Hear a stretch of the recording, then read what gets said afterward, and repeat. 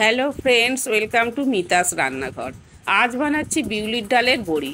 খুব সহজ উপকরণে বাড়িতেই তৈরি করা যায় এই দারুণ খাস্তা বড়ি। চলুন শুরু করি। এখানে আমি 300 গ্রাম বিউলির ডাল নিয়েছি। বিউলির ডালটা ভালো করে ধুয়ে রাত্রে ভিজিয়ে দেব, সারা রাত থাকবে। সকালে উঠে আবার একবার ভালো করে ধুয়ে নেব, নিয়ে একটা মিক্সার গ্রাইন্ডারের মধ্যে দিয়ে পেস্ট করে নেব।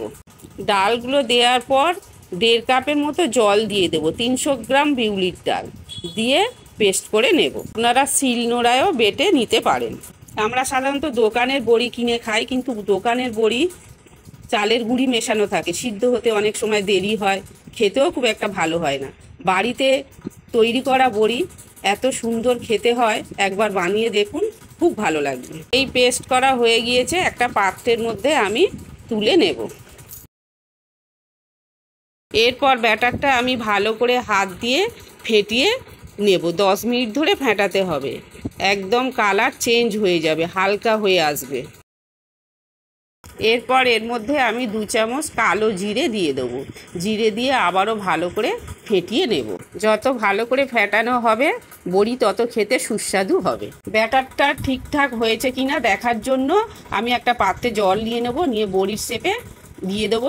বড়িটা ভেসে উঠলে তাহলে জানবো ব্যাটারটা ঠিক পারফেক্ট হয়েছে। এরপর বড়িগুলো দেওয়ার জন্য আমি একটা সাদা কাপড় নিয়ে নিয়েছি। কাপড় নিয়ে রোদে ছাদের মধ্যে দিয়ে তার মধ্যে একটা একটা করে বড়িগুলো আমি দিতে থাকবো। সারাদিন রোদ খেয়ে বড়ি আমার শুকিয়ে এসেছে, তবু একটু পিছন দিকটা কাঁচা ভাব থেকে যায়। তার পরের দিন আবার কাপড়টা ঝুলিয়ে দিলে দু পিঠে ভালো করে শুকিয়ে যাবে। এই বড়িগুলো শুকিয়ে গিয়েছে। এরপর আমি কাপড় থেকে আস্তে আস্তে ছাড়িয়ে নিয়ে একটা পাত্রের মধ্যে রেখে দেব। এই আমার বিউলির ডালের বড়ি তৈরি হয়ে গিয়েছে।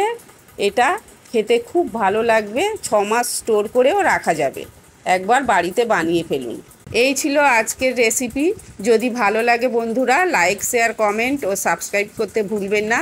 আবার দেখা হবে নতুন কোনো রেসিপি নিয়ে। ভালো থাকুন, সুস্থ থাকুন, ধন্যবাদ।